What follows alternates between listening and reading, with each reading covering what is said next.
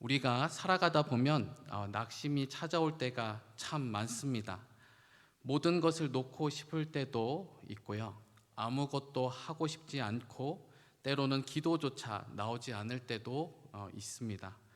조금 희망이 보였는가 싶은데 그 희망이 날아갔을 때 그 좌절은 더 큰 고통으로 우리에게 찾아오게 됩니다. 가끔 우리가 희망을 잃고 좌절하는 이유 중에 사람들과 관련된 경우도 있습니다. 사람이 어찌 나에게 이럴 수 있을까? 저 사람이 나한테 이러면 안 되는데, 저 사람은 안 그럴 줄 알았는데 결국은 다 똑같구나, 이런 생각을 하면서 인생에 힘이 빠지고 자조적인 생각을 할 때가 있습니다. 때로는 로마서에 기록된 대로 모든 사람이 죄를 범하였음에 하나님의 영광에 이르지 못하더니 라는 이 말씀을 가지고, 그래, 모든 사람들 죄인이지, 죄인들이 살다 보면 그럴 수 있지라고 하며 자기 자신을 다독이고 마음을 추스려 보지만 그럼에도 불구하고 좌절된 마음이 잘 극복되지 않아서 우리가 참 어려운 때를 보낼 때도 있습니다. 오늘 시편을 기록한 시편 기자도 매우 어려운 상황 속에 있는 듯 합니다. 1절 말씀을 보니까 하나님이여 사슴이 시냇물을 찾기에 갈급함 같이 내 영혼이 주를 찾기에 갈급하니이다 라고 고백하고 있습니다. 팔레스타인 지역은 매우 더운 지역입니다. 그래서 물이 귀합니다. 그런데 사슴은 특별히 몸의 온도가 높은 동물로 알려져 있습니다. 그렇기 때문에 쉽게 갈증을 느끼고 하루에 몇 번씩 물을 마셔야 된다고 합니다. 그런데 이 메마르고 건조한 그 땅에서 물을 찾는 것은 쉽지 않기 때문에 이 사슴이 이 물을 찾아 다니는 것은 마치 생명을 얻는 것처럼 그렇게 갈급한 마음으로 찾아가게 되는 것입니다. 지금 시편의 기자도 이처럼 희망이 없어서 절망하여서 하나님을 찾기에 갈급하고 헐떡이고 있다라고 이야기하고 있는 것입니다. 시편 기자의 상황이 지금 녹록하지 않다는 뜻이죠.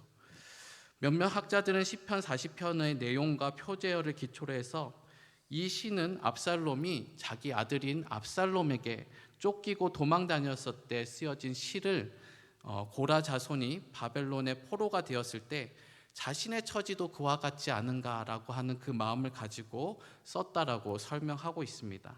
오늘 말씀을 볼 때는 이 기준으로 한번 저와 여러분이 은혜를 나누기를 원합니다. 오늘 말씀을 생각해 보면 다윗은 절대절명의 순간이 찾아왔습니다. 내가 그토록 사랑하고 내 왕위를 이을 수도 있을 거라고 생각했던 압살롬이, 사랑하는 내 아들이 자신을 죽이겠다고, 아버지를 죽이겠다고 늑달같이 달려오는 그 모습을 볼 때 얼마나 부끄럽고 얼마나 수치스럽습니까? 다른 사람도 아닌 내 몸으로 낳은 이 아들이 나를 죽이겠다니요. 그리고 이것에 더 나아가서 이 아들로서 하지 말아야 된 후궁을 범하는 악한 일 또한 일이 일어나게 됩니다. 이루 말할 수 없는 수치를 당하고 있고 다윗은 이 압살롬을 피해서 그 성에서 도망갈 수밖에 없는 상황입니다. 다윗에게 자기 자신을 지킬 수 힘이 아무것도 없어 보입니다.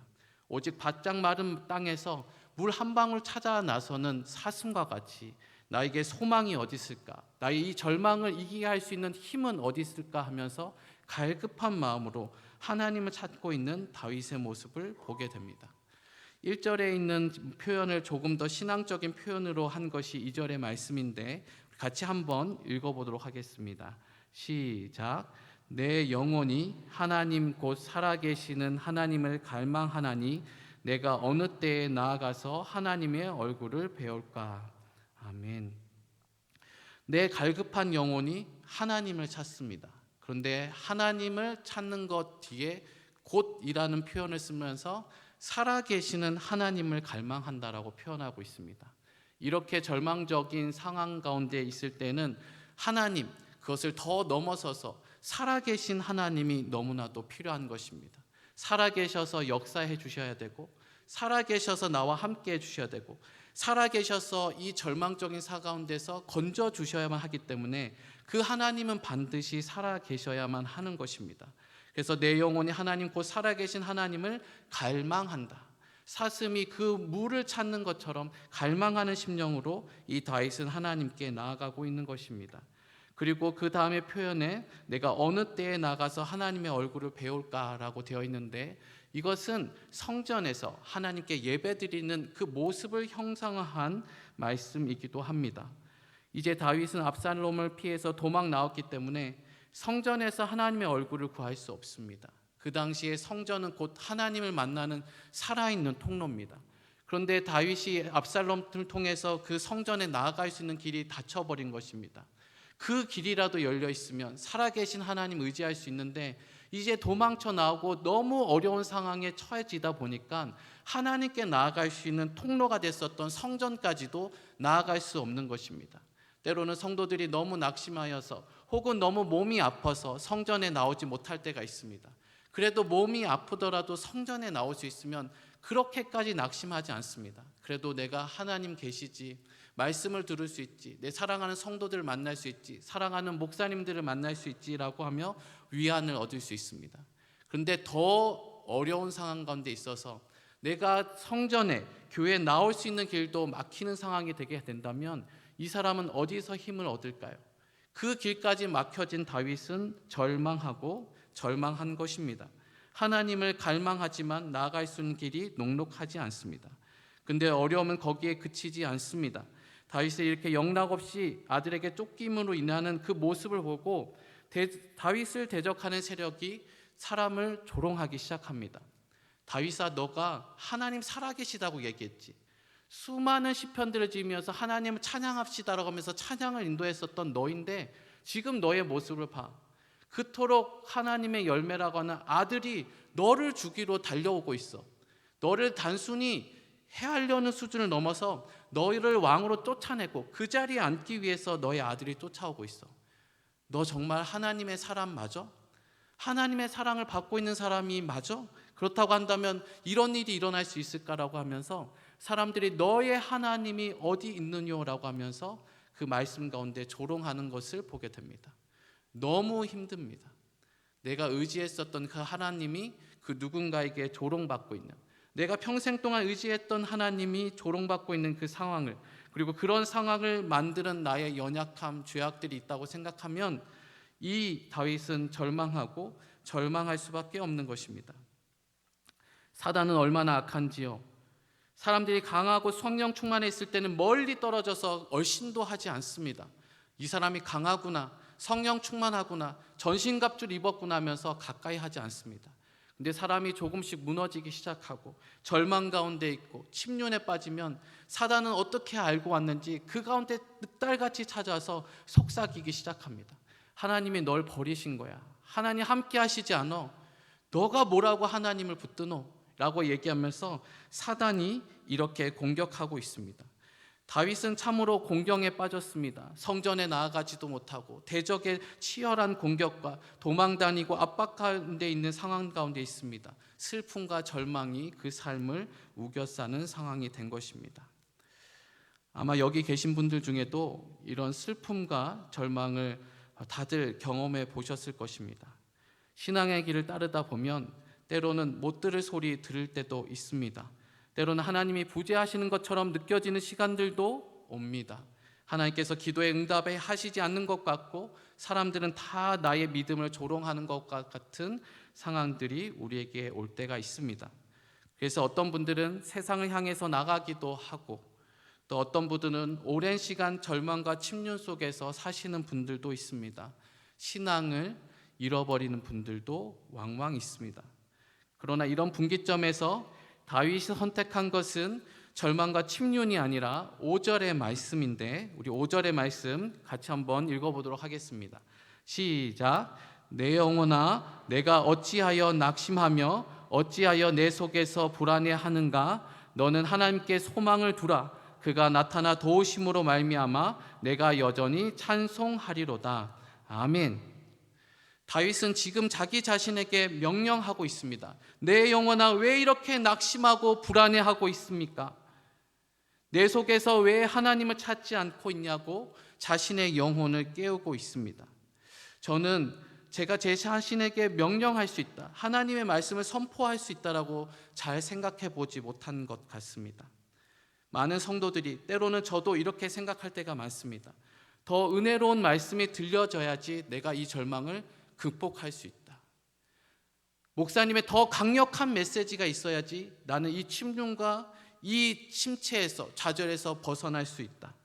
때로는 더 은혜로운 사건이 일어나야지, 나를 일으킬 만한 사건이 일어나야지만 난 그 자리에서 일어날 수 있다고 하면서 계속해서 좌절과 절망의 자리에 머물러 있을 때가 있습니다. 그러나 다윗은 우리와 같은 길을 가지 않았습니다. 다윗은 자신의 영혼에 대해서 명령했습니다. 내가 어찌하여 낙심하며 어찌하여 내 속에서 불안해하는가? 너는 하나님께 소망을 두라라고 하면서 말씀을 자기 자신에게 선포하여 준 것입니다. 예전에 저와 함께 사역했던 목사님 중에서 청소년부를 담당하셨던 목사님이 계셨습니다. 요즘에는 교육부서들이 다들 작기 때문에 청소년부 인원이 4명에서 5명 정도 되었던 것 같습니다. 그런데 아이들끼리 좀 다투기도 하고 몇몇 친구들은 바쁘다는 이유로 교회에 일시적으로 나오지 않는 시간이 겹치게 되었습니다. 이 친구도 안 나오고 저 친구도 안 나오고 되다 보니까 결국 예배 시간에 아이들이 아무도 없는 상황이 펼쳐지게 되었습니다. 여러분, 담당 교역자에게 있어서 아이들은 너무나도 중요한 아이들입니다. 한 영혼으로서도 중요하고 자기 자신의 존재 가치의 기초가 되기도 합니다. 그런데 부서에 아이들이 없습니다. 너무 좌절스럽고 괴로운 순간들이죠. 이 시간들을 보내는 그 목사님 보면서 이 목사님이 어떻게 이 시간들을 지내실까 안타까운 마음으로 기도하고 있는데, 목사님께서 자리를 비운 사이에 제가 목사님께 전달할 문서가 있어서 책상 위에 올려드리면서 우연히 모니터를 보게 됐습니다. 근데 그 모니터에 띄워둔 문구가 뭔지 아십니까? 바로 저와 여러분이 함께 나눴던 이 5절의 말씀이 띄워져 있었습니다. 내 영혼아, 내가 어찌하여 낙심하며 어찌하여 내 속에서 불안해하는가? 너는 하나님께 소망을 두라. 그가 나타나 도우심으로 말미암아 내가 여전히 찬송하리로다. 아멘. 이 목사님도 수치스럽고 좌절스러운 이 상황을 그대로 멈춰 있는 것이 아니라 하나님 말씀을 통해서 자기 자신에게 읽어주고 있는 것입니다. 더 떨어지지 않도록, 더 침륜에 빠지지 않도록 자신에게 명령하고 있는 것입니다. 낙심하지 말고 절망하지 말고 너는 하나님께 소망을 두라는 그 메시지를 자기 자신에게 들려주신 것입니다. 저는 그 메시지를 들으면서 저도 아멘 했습니다. 그 고통스러운 시간을 말씀을 의지하면서 지나가시는 것을 보면서 참 믿음의 사람이구나 응원하게 되고 기도도 하게 되었습니다. 이 자리에 너무 절망스러운 상황 가운데 계신 분이 혹여 계시다고 한다면 오늘 이 말씀이 하나님께서 여러분에게 주시는 음성으로 아시고 여전히 하나님께 소망을 두시기를 예수님의 이름으로 축복합니다.